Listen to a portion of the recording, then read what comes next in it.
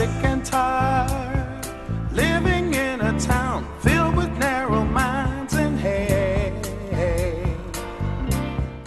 Hello. Thank you so much for tuning in to A Spoonful of Comfort today. I'm Claudrine Jackson, your host for A Spoonful of Comfort, and today is one of the most surprising and exciting shows I've ever done. Today's show is proof that God is still working miracles in the world. I don't know if you've seen the show before, but those of you who have seen the show know that my husband, Purvis Jackson, was the bass singer of the Spinners singing group.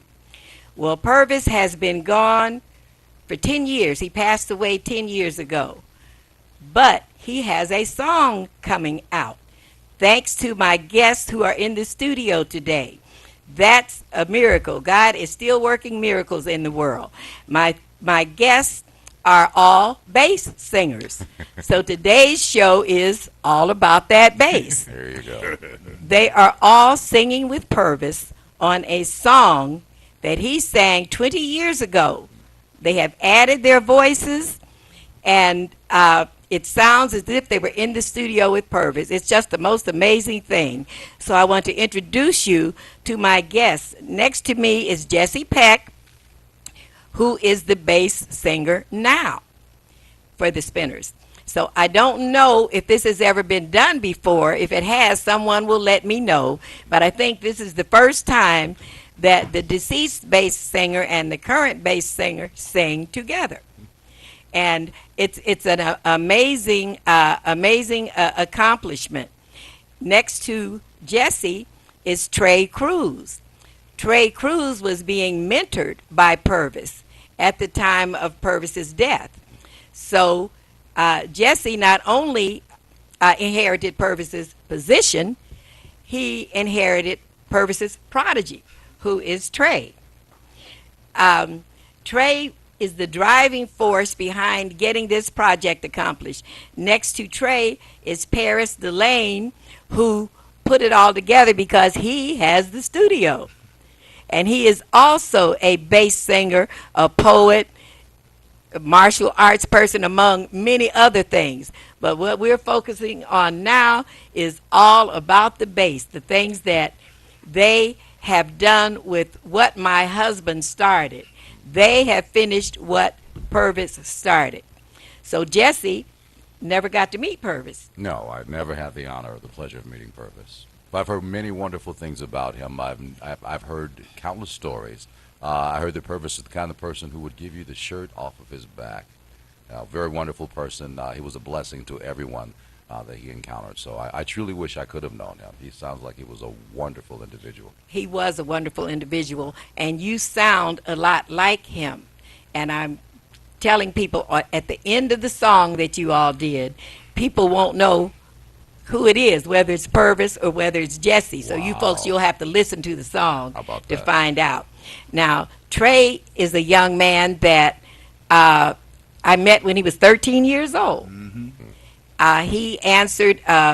He wrote a letter to the Spinners website. I never answered anything on the website, but I answered him because from a teacher's perspective, he was only 13. His letter was clear, comprehensive, good grammar, good spelling, everything. So I contacted him because I was so pleased that he was such an intelligent young man. Yes. Well, I'm honored. And Paris, could you tell us a little about your background? Your name is so similar to Purvis's. Well, I'm originally from Chicago, Illinois, and I grew up in a household where my father made me sound like Pee Wee Herman when he spoke. So when I go and say, "Hey, Daddy, what's going on? What's going on?" That kind of thing. And he was 6'9". Wow. So he could pick me up by my head. But he wasn't a singer. The singer part comes from my mother. My mother was a gospel singer. But coming up through life, one day a little man came to hear my mother sing, and he fell in love with her. To make a long story short, he heard her sing "Child of the King," and he fell in love with her. And that man was Louis Armstrong. Wow. And the next thing you know, he brought Ella Fitzgerald and Sarah Vaughan and Mahalia to hear my mother sing, which happened through a great mentor of mine was Jesse Dixon. And but coming up, I never thought that I would be a singer like in the business, but I guess God had His plan for me to sing, and for me to be where I'm at here, listening. I'm never forget the first time I heard Purvis's voice, and it was amazing. I mean, you talking about Melvin Franklin, all this, and then but Purvis, to be here now, a part of something that you can even begin to fathom that's going to happen, and I'm here to be a part of something that you wrote and he put together. I'm like a kid in a canvas. And we all are, because this is an amazing occurrence. Now, Trey, tell us how it came about. Well, I've always had the kind of the inspiration to pick up where Purvis left off. So like we were saying earlier, the first time that I actually heard Almost for the first time was probably a year after Purvis passed. It was at your home. And thinking that, maybe one day if we could put something together, he would have something along the lines of like when Natalie King Cole did something with her father, and that kind of tribute. So working on my first album and all this original material, it dawned on me that, hey, we could actually make the story come full circle and not only start, my solo career, but also pay tribute to the man that inspired me to be a bass singer to begin with. So after contacting you and you gave us our blessing, here we are. And not only that, but with the fact that we're going to be helping raise not only awareness, but funds and proceeds for the Purvis Jackson Jr. Autism Foundation. It's a dream come true. So I'm very thankful for this opportunity. It's a dream come true for all of us. So Jesse, you want to tell us a little bit about what the Spinners are doing now? What the Spinners are doing now, we're touring. We're busier than ever. July is going to be quite an exhausting month for us. I shouldn't say exhausting, but it's a pleasure. I'd rather be on the road performing with the group, with Henry, with Marvin, with Chuck, and Ronnie than being at home relaxing. It's a dream. I still dream every night about either being on the road with the Spinners just before the show, just after, or being on stage. It's just amazing that I consistently dream Spinners. It's a beautiful thing. I'm happy and honored to be a part of it. Dreams do come true. You can live your dreams, and I'm actually doing that. Yes. The Spinners started in the 60s, and they're still performing. Yes. Thanks to people like Jesse, who are keeping the music alive and keeping the music going, because the Spinners kind of music, all the music from that era was good, clean music. I could play it in my classroom. When I was a retired teacher, I am a retired teacher, but when I was teaching, I could play Motown music in my classroom.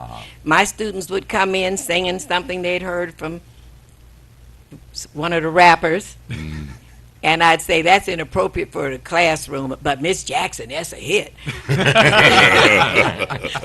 That's inappropriate. So I said, I will play you some music that is appropriate for the classroom. So I started playing Motown music for them so they could hear music with clean lyrics, music that told a story. There was no profanity, no violence, and they started to enjoy it. So they needed to know where the music really came from. So, Jesse, there is something you do that really impressed me. I don't know if you're ready to do it now, but if you can do it before the show is over. He does an impression of our former president. So at some point, when will you be ready? Are you ready now? Or Well, here's the thing. You can't just jump out there. People ask you all the time, well, will you do this or will you do that? But I just want to say this. You've got to take your time. You've got to kind of warm up to it, Maybe if we do a commercial break, I'll call my wife, Michelle, and she'll give me the green light, and then we'll do it then. All right? Sounds good? She's laughing. I know she's liking that. Good job, and that's only one of the impressions And I that he have to does. say, I'm so in love with that because personally, he immortalized me with what he put on the record. Well, if I'd known you were going to use that, I would have told the truth. But Ferris, you're awesome. It's great working with you. You just made some magic happen with that song in the studio, and you guys were so on point with it by the time I got involved. I kept asking Trey, well, why do you need me on this? You guys seem to have it all worked out. It was coming together nicely, but But you were the glue. well, You were the glue. Well. Because first of all, let me just say this: you got Purvis, the man. Yeah. You know, but you're the man. Now, out of all, like we were speaking about, all the people who went to audition to be in that position, you end up being you're the chosen one, and rightfully so. I'll receive that. And to be able to have that, to me personally, is like having Purvis there. Wow. You know, and I'm sure he's very, very, very happy and proud that he's there, because just like I said about my daddy made me sound like Pee Wee Herman, you made me sound like Pee Wee Herman. Well, if it's any consolation, I met Barry White one day. I was working at WQBH Detroit back during my radio days, and met Purvis. I met my Purvis. I wish met Barry White. We're in this very narrow hallway, and I said, "Mr. White, it's so nice to meet you. I love your records. My parents love you too. I think you're awesome." I can't tell you what he said, but when he opened his mouth, when Barry White spoke to me, I felt the vibration on my chest. You felt like Pee Wee Herman. Barry made me sound like Minnie Mouse. Well, I have to say, see, now I got to say, I sang with Barry a few times. Nice, so you know what I'm talking about. I do know. Oh, I had to do a awesome. Kiss '93 concert, and it was a whole bunch of people on that. Too many to mention, but there was a lot of people on that. And I walked up to Barry as he was getting out of his limousine, and he had his handkerchief and the whole bit. And they wanted us to be on this television show, do this interview, Battle of the Voices. I said, I'm not going up against no Barry You White. crazy? And I walk up to Barry White. I said, Mr. White, how you doing? And he says, who's this brother with these low decibels? I felt like a chick. I was like, ah. Wow. So, yeah. But you have that same effect, man. I mean, your voice is just phenomenal. And you, young man. The grasshopper in training. Yeah, I mean, but your voice, you're a natural. You're a natural bass. You're not trying to be a bass singer. And sure, we all learning. Even today, we're still learning. Yeah, I'm still learning. You know, Definitely. but the thing is, you look at your age. See, I wasn't when I was your age. I mean, I had people around me, but I wasn't in this kind of circle. Yeah. You far ahead of us. Exactly. Because imagine when you get to be where we are, What at you'll be 62, doing. whatever. Oh yeah. Sky's the limit. And that's why I always admired Purvis, because that night that he spent with me, I mean, we were backstage for a hot minute, you know, and talking about feeling a hot voice. hour. I had to come and say it's time to go. And he went, "Oh, wife, don't worry, don't worry." I spent another hour afterwards. But, you know, he was the kind of human being that you could just feel his presence in his voice. And he had divine knowledge. You know, I told him what it was that I wanted to do with my life, and it was to bring back the sound of Motown, but most importantly, the deep voice crooners, you know, of the days of old that we don't hear on the radio. And he believed in me. And so now here we all are, making it happen for him. Yeah. Very nice. The song that we're talking about, that is a poem in my book, it's called Almost. And I am the writer of Almost. I thought it was a poem. Purvis was going through my book, and he said, I like these songs. And I said, those are not songs, those are poems. And he said, but a lot of songs, that's how a lot of songs start. So I had no idea that he was going to pick one of them and sing it with a reggae beat, because he knew I liked island music. These gentlemen took what Purvis started, added their voices to it, expanded it, improved on it, and it's a wonderful song, and it's a happy song, and it's a song that Purvis would be very proud. I know he's looking down, smiling at these men, saying, My boy. that's right. My They're boys. finishing, you are all are finishing what I started. So I'm going to read the poem Almost to you, so that when you hear the song, you'll really know what the words are. You know how you go through life and you're trying to do things and you're trying to do things, and you almost do it, and then it doesn't work. Well, I was going through a phase like that when I wrote Almost. I almost had some money because I almost won. I almost missed the rainstorm. I almost saw the sun. I almost saw my ship come in, but it was not my time. I even almost had a love, and he was almost mine. I almost thought that I could smile. I almost stopped my crying. I almost said, well, I give up. I'm sick of all this trying. Well, almost is so far away, and almost is so near that I can almost touch it. My day is almost here. That's beautiful. It's even more beautiful because it has been immortalized and set to music by these bass singers, all about that bass. Who would have thought that here I am pushing 80 years of age, and some bass singers have me excited again and happy about life. Now, I know that you guys did not plan this, but you did something before we started that I would like for the audience to hear, and that was Chain Gang. Okay. Don't you know that's the sound of the men working on the chain? Gang, don't you know that's the sound of the men working on the chain? Gang, all day long they say, huh, ha, and huh, ha. But the verses are, all day long they work so hard till the sun going down. Boom, boom, boom, boom. Working on the highways and byways and when rain or frown. You hear them moaning their lives away, and then you hear somebody say, well, don't you know that's the sound of the men working on the chain? Gang, don't you know that's the sound of the men working on the chain? Gang.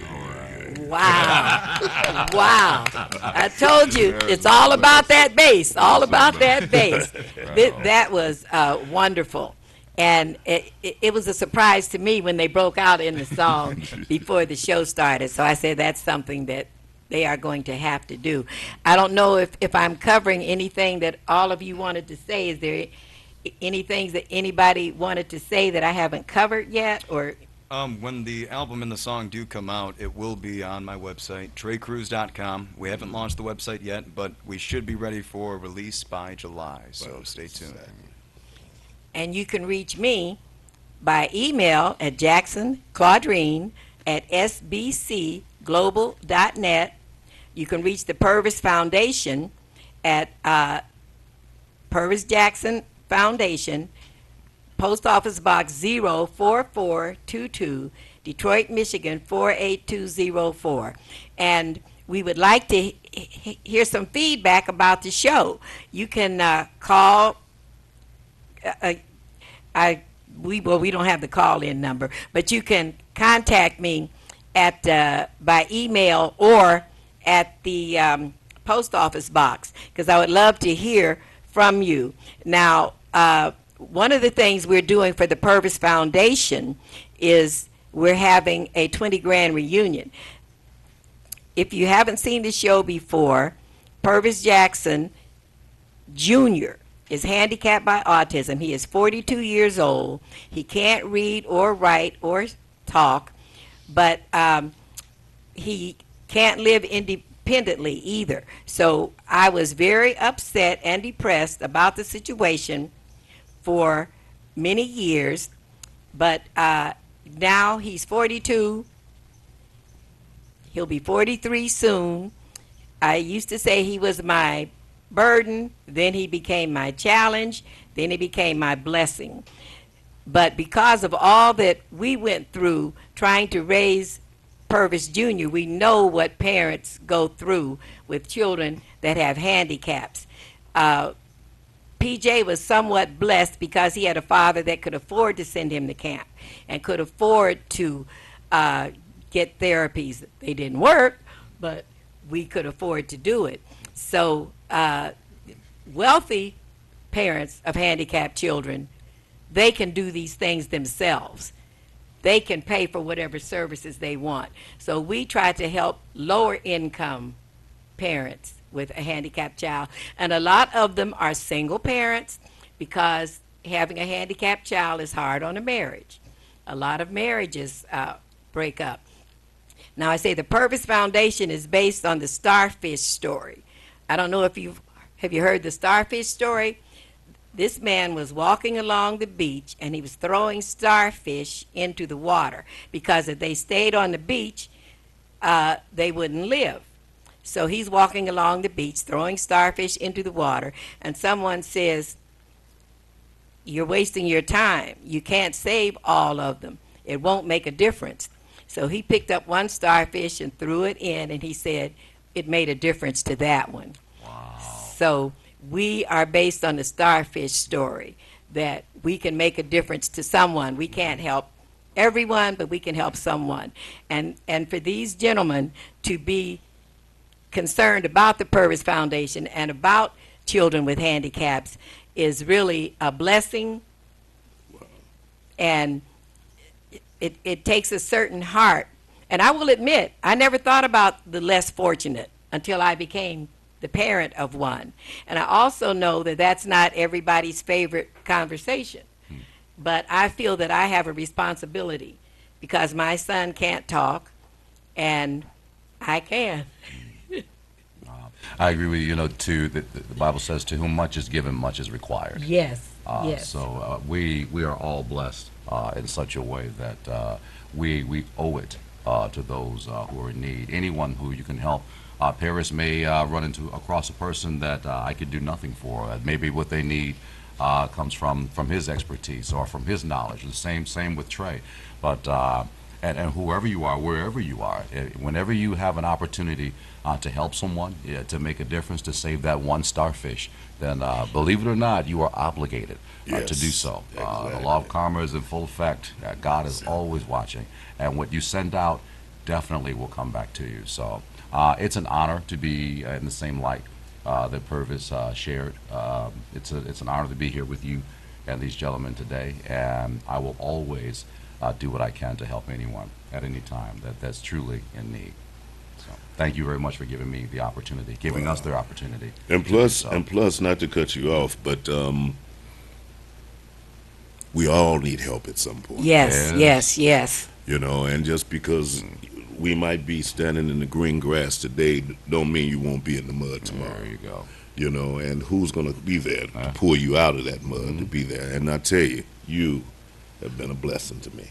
Oh, you have as well. Sure. And I love you with all my heart. And you're about to, it's, you know what, I read in your book in the beginning, it was like you were saying he was not a star as the business. He was a star human being. Yes. Whew. You see, that's what you are too. And you too, brother, and you too, my sister. I mean, what a blessing to be in your presence. You are queen. You are. Queen You are a Claudine, queen. the one and only. For even though I knew all about Purvis and all this, I didn't know about this magnificent woman, even though I always know there's a strong woman but in front of, we can say behind a man, and when they're really in front. Okay? I'll make this story short, but it needs to be told. You, to confirmation, because like you said, you had your husband, this bass singer. He passed away. Now you got 3. It takes more than one to fill those shoes. Even though he can fill them, he's doing it. But for this project, it took me to come. See, I'm thinking when I moved here from Chicago, I'm thinking I'm coming here for another reason, which I was. That wasn't the reason. I was brought to come here to play my role. And even though I'm producing whatever, the title, forget the title, I'm just a pawn. and blessed to be that pawn. Amen. And that's why when you came, you said, well, what? Even though we had already started, I'm like, dude, you know, even in the beginning, I said, well, I don't know if I'm gonna have you start here in the beginning, but right here, and then, and I'm telling you, what I listened back to it and what you did, I said, oh, because when your voice comes in, even though we got what we got, your voice comes in, I'm like, oh yes, Wow. whoa, yes, Thank you, Paris. it's truth. Thank you very much, bro. Now, know, when they added their voices to Purvis, it was, and originally they didn't have as much of their own voices on. I had to suggest that they add their own voices. Actually, it was there. It was just turned down. Oh, okay. You know, because I was trying out of me, well, what we do. I mean, it wasn't completely up. It's out of this respect of Purvis. Right. You know, I'm trying to say it's not about me. Right. It's not about. It's about Purvis, and that's the way we should all be. Yes. Humility. Yes. You know what I Yes. mean? Yes. But when you say you gave me the green light, I'm like she'll never get. It's on now. It's on. We had a great Yes, time. it's on. We had a great And time. Trey, although he's the youngest one of us, Yes. he had the vision, Yes. the drive, and the energy to get this project started. And I think it's just really, really amazing how it all came together. Lionheart.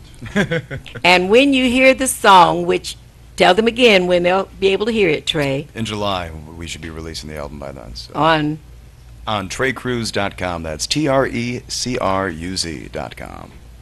I had to do my best Jesse Peck impersonation. That's wonderful. So when you do hear the song, their basses blend together so well that it's like I said, it's like butter and syrup and Wow. smooth A bunch and of sweet stuff. yes, all right. over. yes, yes, Wow. yes. Oh. That's the and at the end of the song, Purvis had asked some questions, singing, and they answered them. Right. And you would think they were in the studio with Purvis. It was just the most amazing thing that how it all came together.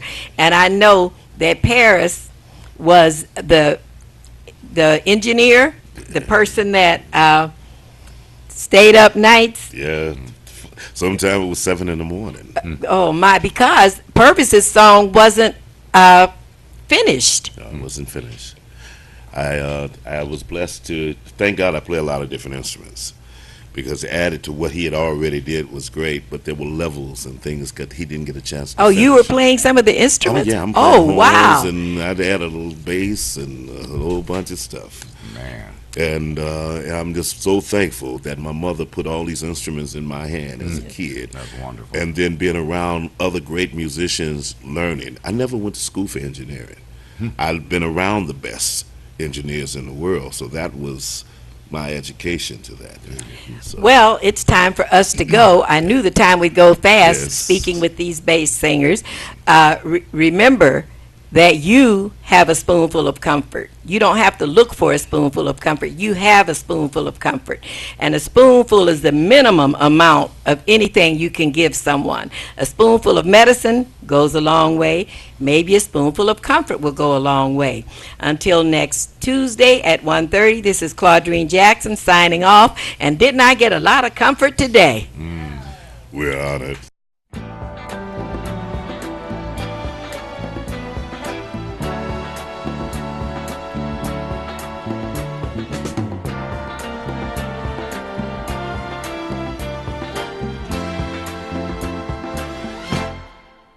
When I was 17, I ran away from home and from everything I had ever known. I was sick and tired